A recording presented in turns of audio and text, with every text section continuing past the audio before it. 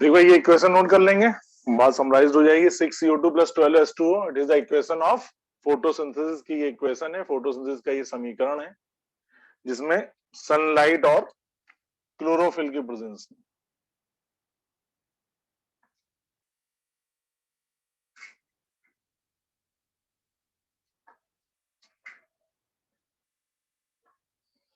ये स्टेप हो जाता है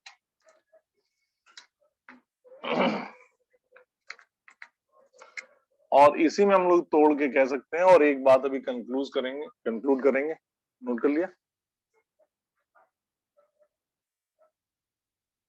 देखिए जो हम लोग पढ़ते रहते हैं कि प्लांट, सुनते रहते हैं प्लांट ऑक्सीजन देते हैं और बदले में CO2 लेते हैं। लेकिन ये जो CO2 ले रहे हैं उसके बदले में O2 नहीं दे रहे हैं। O2 का अल्टीमेट अगर सोर्स है तो वो कहां से है?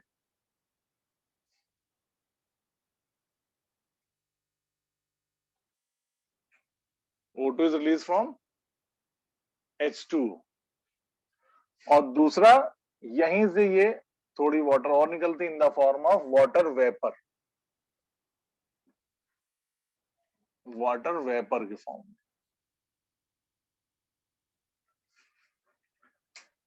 इधर जो स्टेप चल रहा है, ग्लूकोज जो बन रहा है, ये बन रहा है by the reduction of CO2। तो ये दोनों स्टेप हो गए हमारे। ये वाला स्टेप किसमें पढ़ेंगे हम लोग? लाइट रिएक्शन में, या जिसे कह रहे हैं हिल्स रिएक्शन। और ये हो रहा है कहां पर? इन ग्रेना,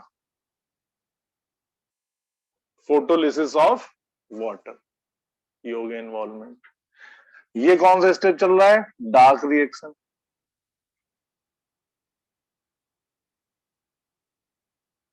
ये कहां पे हो रहा है? इन stroma of chloroplast.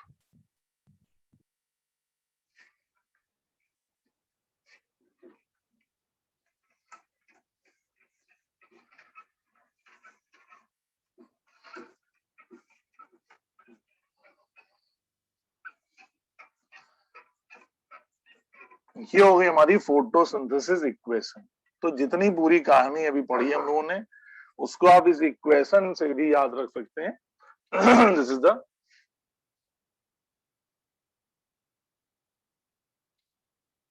Photosynthesis equation.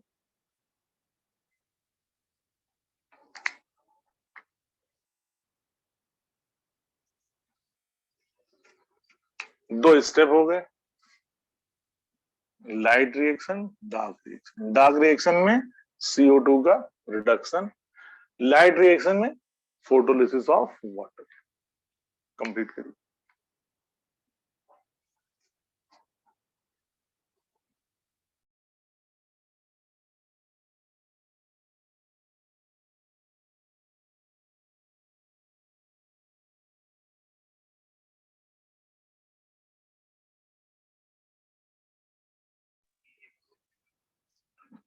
और बेटा इस इक्वेशन में ध्यान रखेंगे, इस इक्वेशन में पूरी बातें अभी तक जो हम लोगों ने 40-50 मिनट्स में पढ़ी हैं, वो पूरी बातें इस इक्वेशन के अंदर हैं, पूरी बातें इस समीकरण के अंदर हैं।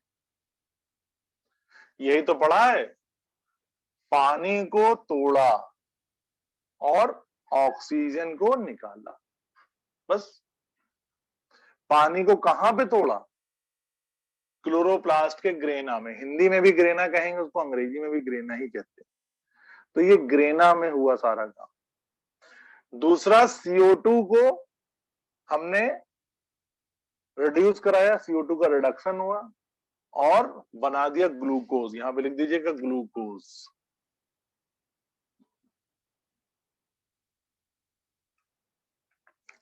ठीक, टॉपिक कंप्लीट अपना ये।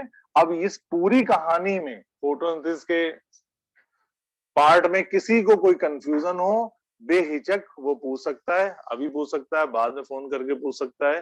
कोई भी डाउट हो बेटा, किसी को भी, क्योंकि यही बात आगे चलेगी। यहां पे अगर गड़बड़ हो गया तो आगे कुछ समझ में नहीं आएगा जब हम पूरा डिटेल में पढ़ेंगे फोटोसिंथेसिस। अभी हम लोग क्या पढ़ रहे हैं, सेल पढ़ रहे हैं। सबसे सिंपल टॉपिक है सेल, कोशिका जिसको कहते हैं। और सेल में जितने भी ऑर्गेनेल आते हैं, जैसे कि क्लोरोप्लास्ट आ गया, माइटोकॉन्ड्रिया, राइबोसोम, अभी ये सब पढ़ रहे हैं थोड़ा थोड़ा। तो ये हमारा कंप्लीट होता है और फिर हम शुरू करते हैं माइटोकॉन्ड्रिया। इसलिए कह रहे हैं बहुत आराम से, किसी को कोई डाउट हो अभी पूछ सकता है। इस इक्वेशन को आपको याद रखना है, 6CO2 plus 12H2O will give you C6H12O6 plus 6H2O plus 6O2। कहने लगे अगर हम यहाँ पर 3CO2 ले लें तो ले लीजिए, 3CO2 होंगे तो 6H2 होंगे। कहने लगे हम यहाँ पे 5CO2 ले लीजिए, 5CO2 लेंगे तो यहाँ पे 10H2O होगा। कहने यहाँ पे हम 4CO2 ले लीजिए, 4CO2 लेंगे तो यहाँ पे 8H2 होगा। जितने भी CO2 होंगे उसके डबल H2O चाहिए। वैसे यहाँ पे इक्वेशन सेट हो जाएगी। 6 CO2 लेंगे तो 6 कार्बन की शुगर बन रही, देखो C6H12O6। अगर हम 5 लेंगे तो C5H10O5 कर देंगे, 5 कार्बन की शुगर बन जाएगी। C3C लेंगे तो यहां पर C3H6O3 बन जाएगा, सीधा फार्मूला। तो मेडिकल में यही पूछा जाता है, इनमें से बताइए कौन सी इक्वेशन फोटोसिंथेसिस की है।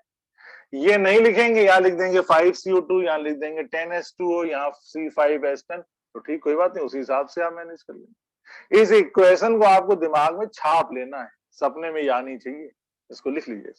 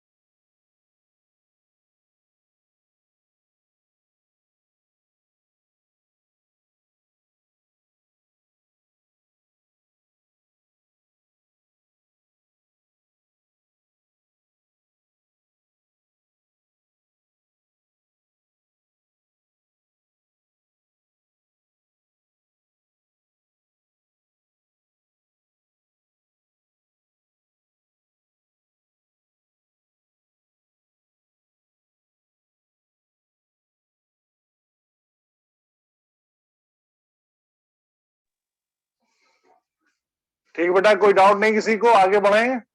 चलिए अगला टॉपिक हम लोग लेते हैं माइटोकॉन्ड्रिया।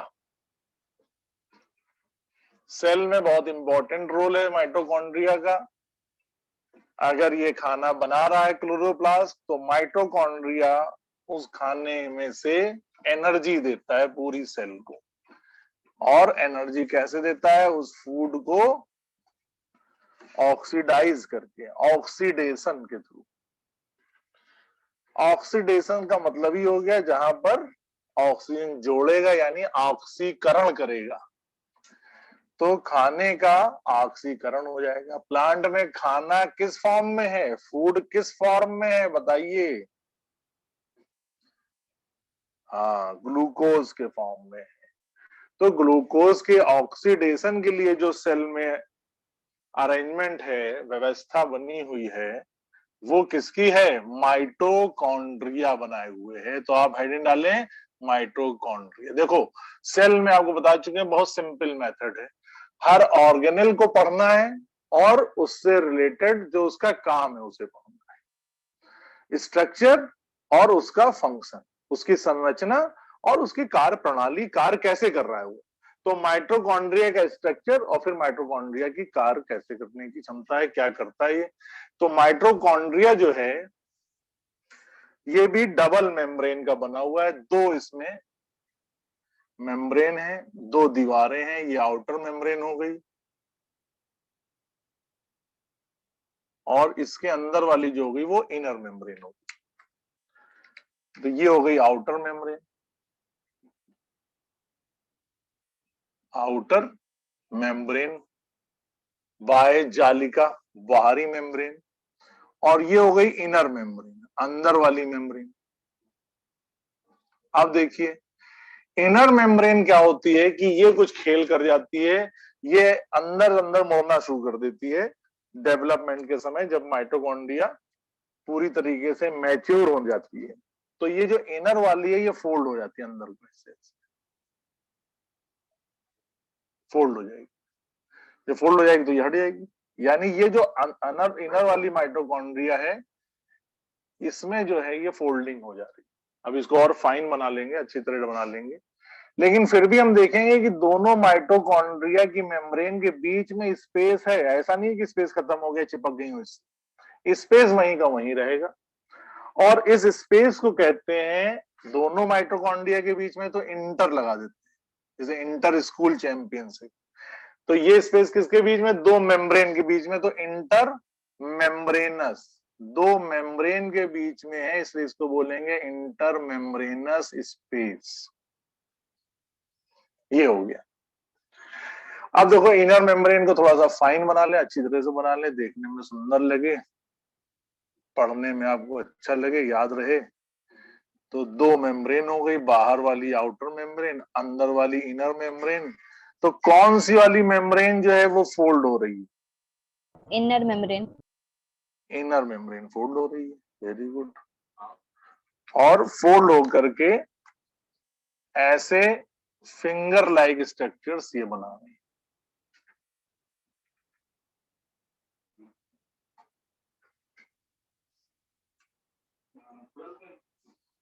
ये इस तरह से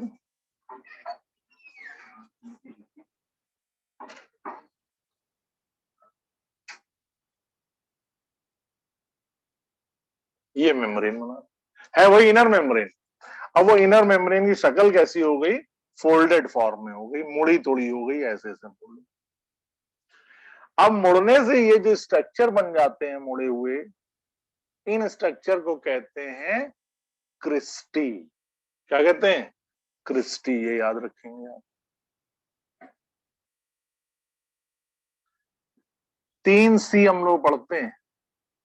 एक सी पढ़ी थी सिस्टर्नी, कहां पे? Golgi body. एक पढ़ी थी कैनालिकुलाई, कहां पे?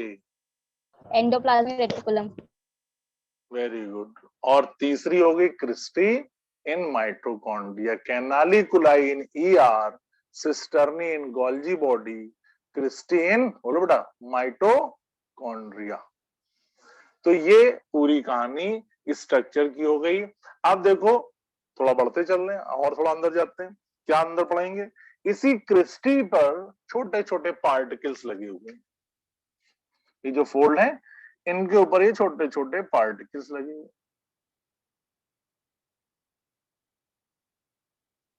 और इन पार्टिकल्स को कहते हैं ऑक्सीसोम्स या F1 पार्टिकल्स।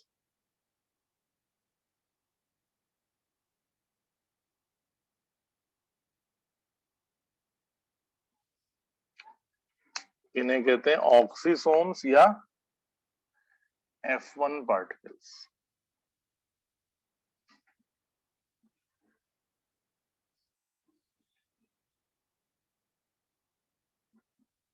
या एक और नाम इनका एलिमेंट्री पार्टिकल्स।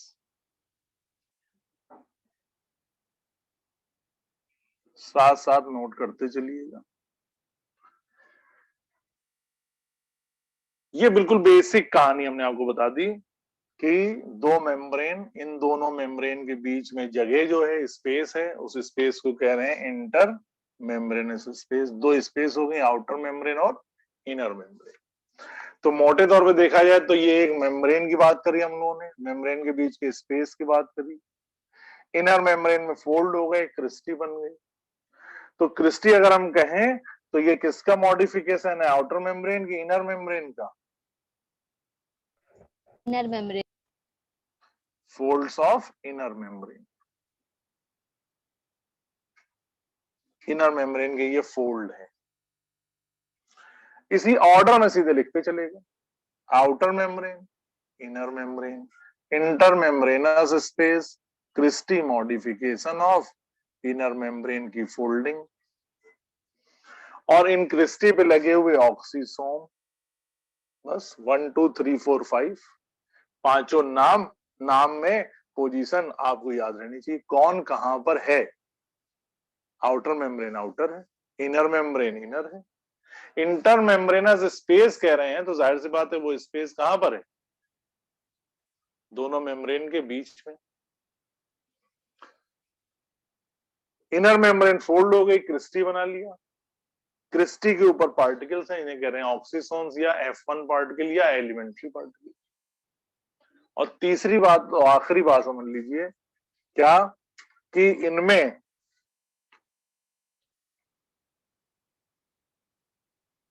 इनर मेम्ब्रेन के भी इनर साइड, बस मतलब माइटोकॉन्ड्रिया खत्म, इसके बाद स्ट्रक्चर वाइज इनर मेम्ब्रेन के इनर साइड जो स्पेस है इसमें भरा हुआ एक फ्लूइड, और इस फ्लूइड को कह रहे हैं matrix. This fluid is known as matrix. ये 6 बातें आपको याद,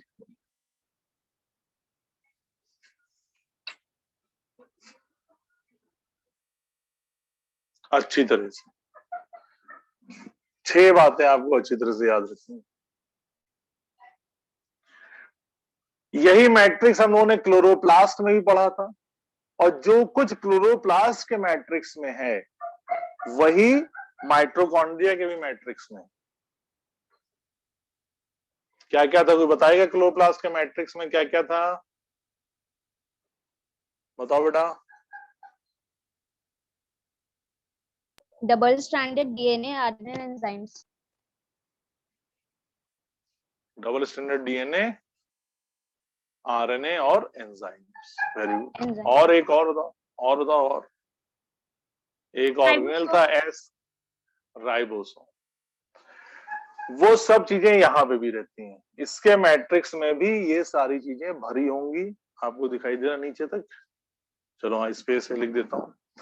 तो इसके मैट्रिक्स में भी, इसके इस फ्लूइड में भी वो सारी चीजें यहां पर पाई जाती हैं।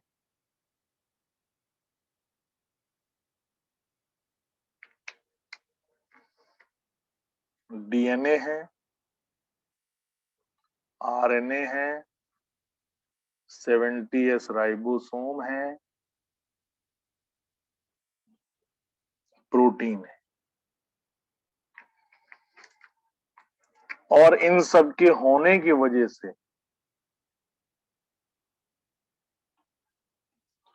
इन सब होने की वजह से माइटोकॉन्ड्रिया खुद अपने आप में एक सेल की तरह काम करता है, और सेल के अंदर एक सेल है, इसीलिए माइटोकॉन्ड्रिया को भी क्लोरोप्लास्ट की तरह क्या कहेंगे?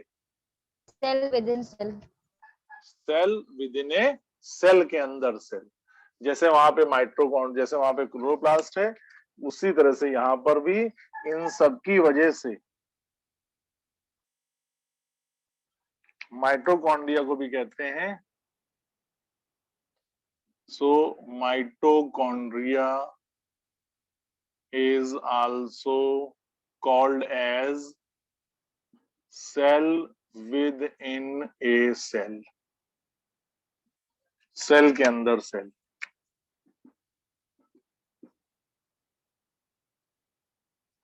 लेकिन ये cell within a cell कैसा है? Semi autonomous.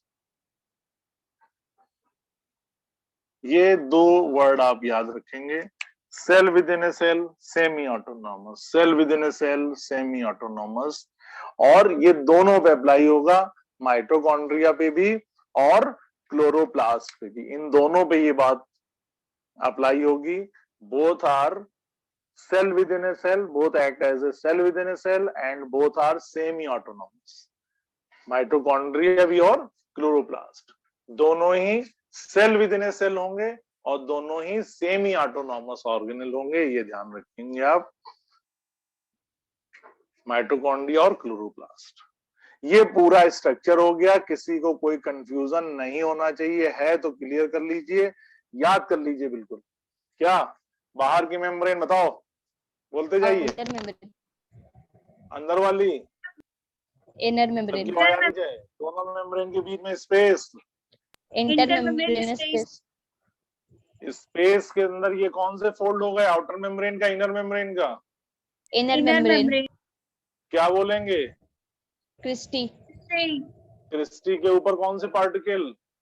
Oxysome. ऑक्सीसोम का दूसरा नाम?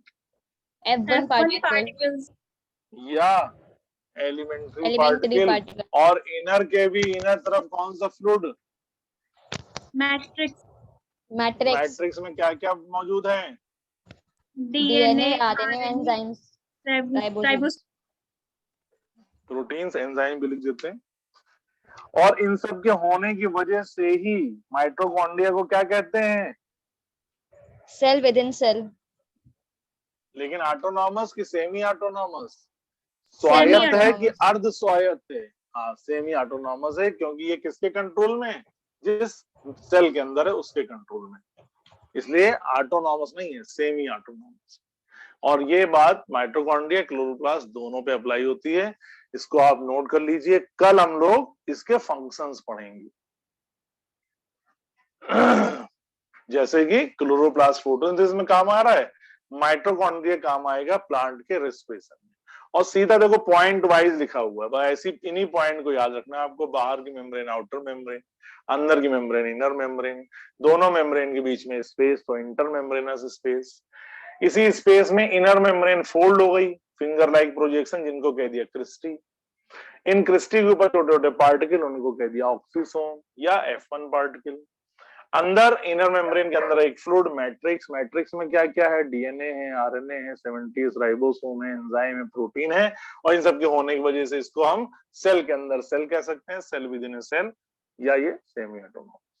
तो आज इतना ही रखते हैं, इसको आप रिवाइज करेंगे, इसके आगे कुछ भी नहीं पढ़ेंगे। सिर्फ माइटोकॉन्ड्रिया, जो नए बच्चे जुड़ रहे हैं वो यहीं से माइटोकॉन्ड्रिया आपको समझ में आनी चाहिए। अगर क्लोरोप्लास्ट नहीं भी समझ में आया तो कोई बात, माइटोकॉन्ड्रिया का स्ट्रक्चर आपको याद रखना है। कल इसके फंक्शंस को हम लोग डिस्कस करेंगे। Thank you, bye bye, good night.